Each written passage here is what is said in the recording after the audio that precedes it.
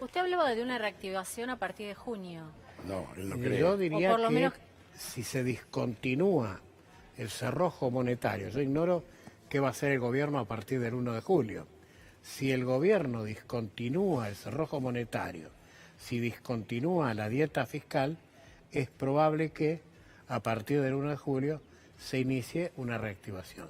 En parte impulsada por la mejora del agro, en parte impulsada por ahí por el crecimiento de Brasil y en parte tiene que darse por apalancamiento propio. El tema es llegar al 1 de julio. Y también preguntarse qué pasa si Bolsonaro devalúa. Bueno, ese es el interrogante que tenemos todos. Claramente la Argentina tiene ya un atraso cambiario. Somos pocos los que lo estamos viendo. Yo casi empecé en soledad a marcar este problema y ahora algunos colegas ya empiezan a percibir esta situación. La Argentina tiene, a mi modo de ver, un atraso cambiario del orden del 20% que se va agravando en tanto y cuanto el dólar está quieto y los precios están ascendiendo. O sea, tenemos de un dólar a 50 pesos más o menos. Y yo diría que quizá un poco más también. 50 y pico pero de pesos. 50 pesos sería, pero cuidado, la cuestión no reside en llevar el dólar a 50 y que los precios floten Y la tasa hacia tiene arriba, 60, pues y si la no tasa estamos tiene 60. como cuando vinimos de España. Claro, y la tasa está en el 60. Claro. Entonces, lo que hay, por eso insisto en la desdolarización. Sí. Porque la dolarización, ¿qué hace? Impulsa crecimiento de precios. Porque la dolarización es costo de tarifas, la dolarización es costo de combustible, eso se transmite hacia el transporte, se transmite a los costos y claramente, como efecto dominó, los precios se van expandiendo. Ahora, Carla bien decía el chip argentino, ¿no? Que es un chip dolarizado de hace muchísimos años, ¿no? En todo el mundo, digamos, en Latinoamérica, la mayoría se maneja en Chile en pesos, guaraníes Paraguay, salvo Uruguay, que está bastante dolarizado por el tema de Punta del Este, pero en Brasil no se cambian reales en la calle. No. Es más, los comercios dicen no se aceptan dólares. No se aceptan. O sea, es una economía que se maneja con su y hay moneda. sectores que directamente están dolarizados, como por ejemplo el sector inmobiliario, donde directamente vendemos las propiedades en dólares. No se nos ocurre pero con a nadie... créditos en pesos. Claro. Bueno, pero una cosa, insisto, ¿no? Es vender la propiedad en dólares. Yo puedo vender mi propiedad en dólares a conversión. Y otra cosa muy distinta es que la tarifa esté dolarizada. Claro. Porque si yo fijo mi propiedad en dólares, pido $200.000 y el equivalente en pesos me saca de mercado, yo voy a terminar pidiendo un poco menos en dólares, con lo cual ajusto de acuerdo al mercado. Ahora, si la tarifa está dolarizada, sube el dólar, sube la tarifa. Fíjense ustedes que hasta el año pasado... Cuando baja el precio del combustible, como el gas, por ejemplo, bajó de 0,2 a 0,13, tampoco se baja. Bueno, ahí voy a decir algo que posiblemente lo irrite a mi colega Milei, con mi enfoque keynesiano. Keynes decía que los precios tardan 30 días en subir, lo que tardan 30 años en bajar. Claro. Los precios presentan una simetría. Todos tenemos una velocidad para subir y una muy alta lentitud para bajar. Esto es así. Pero lo que pasa es que llega un momento que la producción, con unas tarifas en dólares y con la enorme cantidad de impuestos que tiene Argentina, se hace imposible producir, se hace incompetente. No, y no solo el impuesto, las tasas de interés. El interés, 60%. Y un mercado estrechado. Y la imposibilidad de exportar. Por ejemplo. Porque salvo algunos pequeños productos, la mayoría está impedido de exportar, por esto que digo que el dólar está atrasado. De modo que tiene el sistema productivo, tiene angostado el esquema de ventas y tiene ensanchado su esquema de costos, seriamente por los impuestos, como dice usted, y por el tema de los intereses que están en una zona del 60% anual. Ahora, ¿y cómo, 60% anual en la tasa de corte, cuando uno va a financiera o va al crédito bancario es mucho más alto. Hablamos de una tasa. Ahora, el gobierno se mete solo en este cuello de botella. ¿Cómo? El gobierno se mete solo en este cuello de botella. Con las tasas tan altas, un dólar que de golpe subió no es solo este gobierno, ¿no? Si la gran mayoría, en la Argentina la tentación diabólica existió siempre.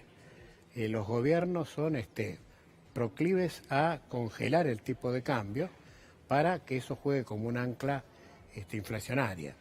Y de algún modo logran cierta quietud. En este caso muy lamentablemente ni siquiera están logrando quietud. No, ni tampoco lograron el ancla. Precisamente por esto de la dolarización, ¿no? De las tarifas Entonces públicas. se les va escapando seriamente la economía. Pero lo que no se piensa es en un plan de desarrollo. Y yo insisto mucho, primero hay que fijar un programa y después hacerlo simulado, ver cómo funciona en el espacio de tiempo futuro. Simularlo para ver a dónde va. Y yo creo que si nosotros simulamos este programa de gobierno, el que se implantó a partir del 1 de octubre, esa simulación daba mal. Sí, y caía. sigue dando mal. Sí, era un dominó que no terminaba nunca. No, y Siempre además digo, se ve como que, perdón, ¿no? Los que pagan el pato de la boda terminan siendo los ciudadanos de a pie, digo, a los que les dolarizan las tarifas, entre La ellas vida, los no alimentos. solo a ver los servicios, sino también, por ejemplo, el transporte, tener que ir a trabajar hoy es destinar un porcentaje muy importante de su sueldo, y hablamos también, por ejemplo, de un 15% de aumento simplemente en la harina, aumentos en los alimentos, digo, el peso, ellos vemos el sueldo que evidentemente se va diluyendo. Sí. La cuestión dicotómica entre, diríamos, los funcionarios de gobierno y los que no estamos en el gobierno, en mi caso, con los que me siento y discuto y hablo, ellos dicen, bueno, pero estamos llevando el precio del boleto o el precio subterráneo al precio de París. Digo, Pero bueno, esto no pero es llevemos París. el salario al salario de En París. euros. Esto no es París. Pagame en Por eso. euros que estoy feliz. Digo, ahí está el serio, me parece, problema de diagnóstico. Si miramos los costos, los precios, claramente decimos, bueno, por ahí habría que ajustarlos. Pero si lo ajustamos en los niveles que lo estamos ajustando, queda una gran capa de la población fuera del esquema. No, y ya de hecho hay una gran capa de la población que está excluida del tema. Sí. Cada vez más gente bajo la línea de pobreza, sin duda. Claramente, excluidos. claramente. Es un diagnóstico irreal. ¿Por qué? Porque no tiene contacto con la realidad. No, pero hay una realidad también que nadie toma en cuenta, lo que es el salario del jubilado, que está excluido también. Pero seguro. Claro. Pero Es el el jubilado más está por excluido. debajo de la línea de pobreza hoy. Y no se Por toma en eso, cuenta pero eso. si miramos todo, primero, yo digo 48% la suba de precios el año pasado. Si analizamos seriamente es un poco más la suba, ¿no? Sí. Porque siempre yo le pregunto a algún comerciante qué precio subió 48% de los productos que tiene y se quedan sin respuesta. Todos los precios han subido más. De modo que la incidencia para algunos sectores es más alta que el 48%. Y los salarios, como dije, promedio 24-25%. 25% Las bajo. jubilaciones más o menos en ese nivel. Entonces, claramente se percibe un retraso muy serio del salario real. Y en consecuencia, si no caen las ventas, habría algo inexplicable. No te preguntas, Juan, que uno se hace, ¿cómo hace el gobierno para conseguir los dólares? Más allá de los que tiene el Banco Central, que son del fondo. ¿Cómo hacer para conseguir dólares para pagar todos los intereses de la deuda? Bueno, va a ser muy complicado. Por eso mi preocupación es que en algún momento tenemos que hacer clic en el programa económico y dejar de vivir de prestado para pasar a vivir, como decía el profesor Aldo Ferrer, vivir con lo nuestro, ¿no? Sí. Él lo planteó muy bien, lo planteó en la década del 80, tiene un libro escrito, se llama Vivir con lo nuestro. Y yo diría que los intelectuales en general y los expertos en economía en particular deberían leer ese libro. Bueno, deberíamos aprender a vivir con lo nuestro. Y claro, tal cual. Pero Vivimos no con parece nuestro- ser el plan de este No gobierno. es el plan, porque siempre existe la idea que en algún momento el clic va a venir por generación espontánea o por cambio de algunas variables clave. Y la realidad es que el problema se profundiza a medida que pasa el tiempo. Y la posibilidad de zafar es cada vez más difícil. negativa, menos probable, ¿no? Bueno, pasa que históricamente los gobiernos que han tenido economistas liberales, llámese Martínez de Oz en su momento, Cavallo en su momento, veían siempre con muy buenos ojos el Fondo Monetario endeudarse. Siempre se han endeudado, Sí, desde al el día año de hoy están 76. diciendo que gracias al fondo no tuvimos un default, gracias al fondo la economía se recuperó. Siempre está la creencia de que el endeudamiento es lo mejor y claramente creo que no nos conduce a buen puerto, para nada. Bueno, Juan, usted debe recordarlo, cuando la derrocan Isabel Martínez de Perón, la deuda estaba en 6.000 millones de dólares, ¿no? Claro, Y cuando se va el gobierno militar está en 38.000. 43.500. 43.500 millones de dólares. Hoy está en cuánto. No, hoy estamos pasando los 300.000 millones de dólares. O sea, es inconcebible pensar que pasar de un país que funcionaba a un país con una dictadura tremenda, con una deuda descomunal que no se ve en ningún lado, la deuda no se la ve. En otros países se puede ver, se puede tocar la deuda, acá no se la ve. Y esta tampoco se la ve. Es una deuda que no se la ve. No, porque son dólares financieros Claro. que vienen, se fuman, porque precisamente al no haber proyectos productivos sanos, serios, difícilmente la inversión se localice en proyectos que no tienen esa característica. Y hoy, aparte de vaca muerta, ¿no? ¿Qué es tentativo para un inversor la Argentina? ¿En qué lo puede tentar Bueno, la yo Argentina? creo que lo tentativo puede ser los bancos, que están ganando buen dinero, las energéticas y quizá algún sector del campo, ¿no? Sojero, Donde, por ejemplo. digamos, tenemos ahí ventajas comparativas. Pero claramente, si nos atenemos a lo que decía Pellegrini, sin industria no hay nación, Si no hay nación. la industria está desapareciendo. Las tasas de caída de los últimos meses son aberrantes. Creo que estamos primeros lejos respecto de siguientes países que han hecho destrucciones de industria. Aquella expectativa de la lluvia de inversiones hoy puede haber quedado en el olvido, ¿o no? Y parecería, por lo menos, no se repiten, porque una de las cosas que el gobierno aprendió a no futurizar, porque en la futurización Cada vez se que lo equivoca. hizo tuvo que dar marcha atrás. Pero fíjese, Juan, un dato que no es menor, ¿no? Cada vez que habla el presidente, el ministro de Economía o cualquier funcionario, hablan del problema financiero de Argentina. Nunca mencionan el problema económico. Es como que separan, tienen bien claro la separación entre lo financiero y lo económico. Están abocados a lo financiero, Sí, por eso, pero el camino resolutorio es lo económico. es el complicado. Yo no digo, si yo me hiciera cargo mañana al Ministerio de Economía, esto no significaría que yo no atendería el problema financiero. Desde luego, la caja es vital. Ahora, la pregunta es cómo hago caja. Claro, es la ¿Desde clave. qué lugar? ¿Hago caja trabajando o hago caja viviendo del otro? Mangueando. Esto, exactamente. O trabajo o mangueo. Esta sería un poco la dicotomía. Y a mí me parece que lo que hay que hacer es trabajar. Claro. Poner el país en marcha, generar recursos. Es difícil esto que estoy diciendo, pero hay que iniciarlo. Generar recursos con nuestro propio esfuerzo y a partir de ahí cambiar este círculo vicioso hacia un círculo virtuoso. Ahora, con tanta deuda y tan alta en dólares, el gobierno tiene que conseguir los dólares. Y le va a ser difícil conseguir dólares que no sean financieros hoy en día. Por eso Porque el campo digo- tampoco da tanto. Sí, sí.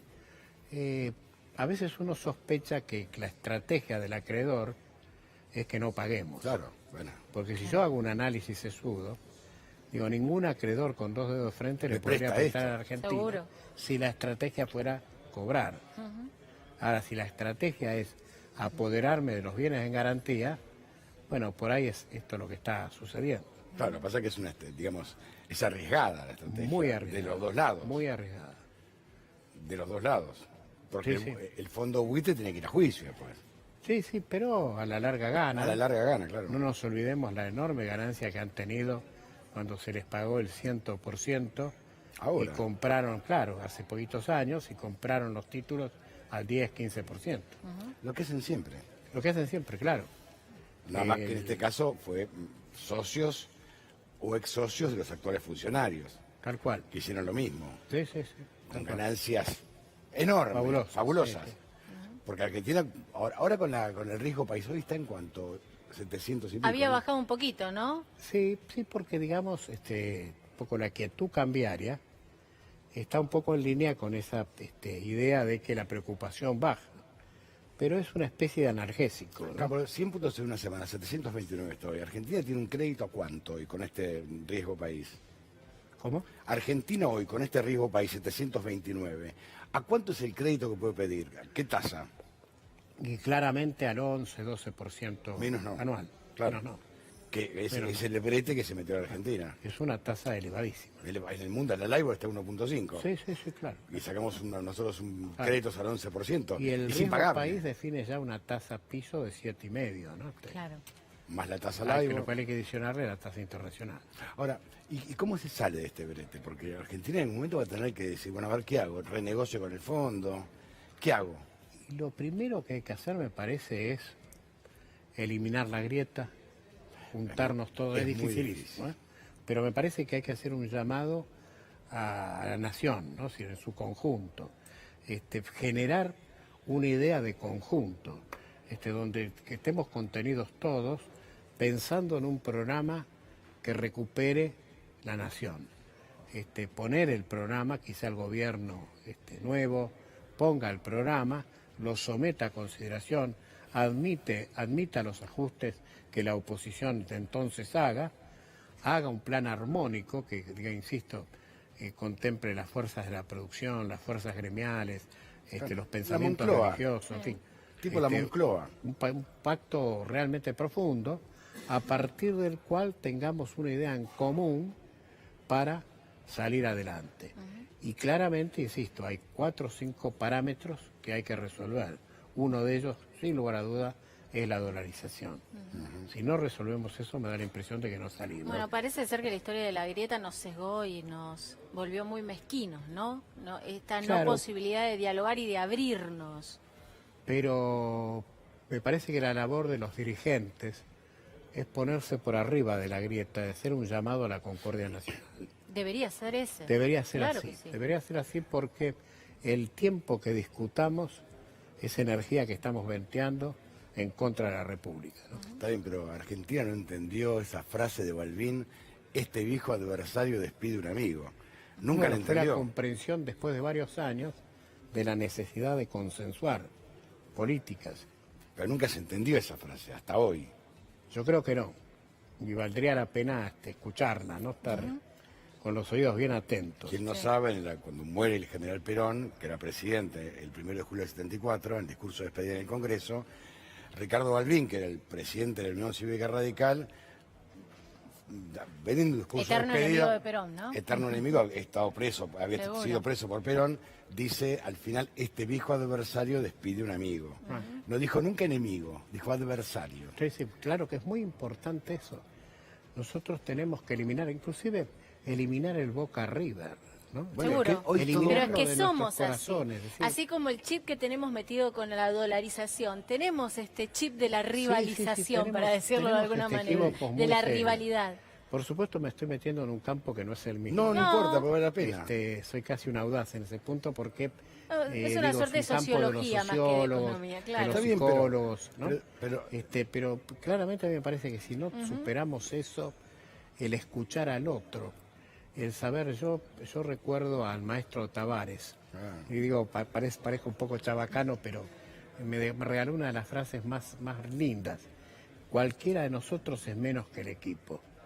claro. Yo no recuerdo su primera charla técnica con el equipo de Importante. Boca, año 92.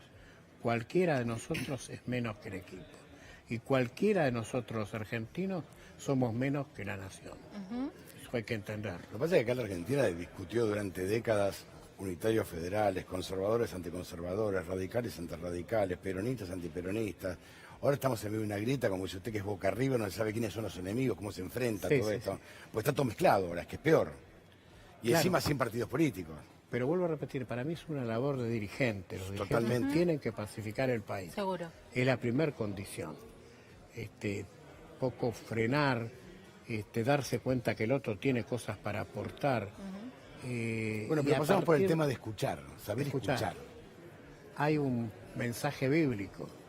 Dios nos puso una boca y 2 oídos. Para Nos algo está tenemos indicando 2 que tenemos oídos. que escuchar más de lo que hablamos.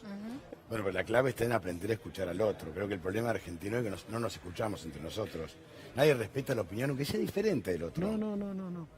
Y uno lo ve en algunos programas, no voy a nombrar a ninguno, pero No importa, no todos sabemos de qué estamos hablando, donde la gente se superpone, se grita. Se cortan los Y yo micrófonos. pienso en el televidente, digo, ¿qué le queda? Nada. Nada. Pero fíjese que es parte de nuestro ADN, de, Claro, de claro, los claro. argentinos, es parte de nuestro Claro, ADN. pero No eso- saber escuchar eso hay y que no terminar, construir, ¿no?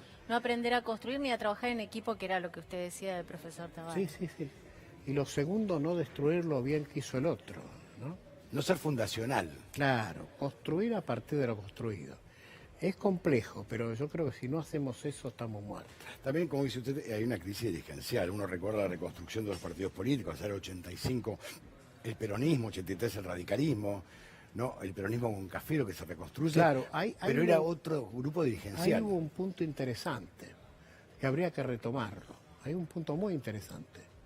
Yo fui un joven peronista que estuvo en la plaza defendiendo a Alfonsín. Por ejemplo. Y no fui el único, ¿no? No fui el único. No había mucha Muchos Argentina. jóvenes que pensábamos distinto. De hecho, en el palco estaba Cafiero, estaba Manzano, estaba De la Sota, estaba Grosso. Claro, claro. Inclusive, no sé si esto está chequeado, pero creo que cuando Alfonsín se va a Campo de Mayo Va a con negociar, Cafiero. le dice a Manzano, si me llegan a detener, hacete cargo del gobierno. ¿Y sabe con quién va, Alfonsín? Yo estaba ahí, me tocó cubrirlo. Va con Cafiero. Claro. Gracias, Juan, muy amable. No, por favor. Gracias, No, muy gracias a amable. ustedes.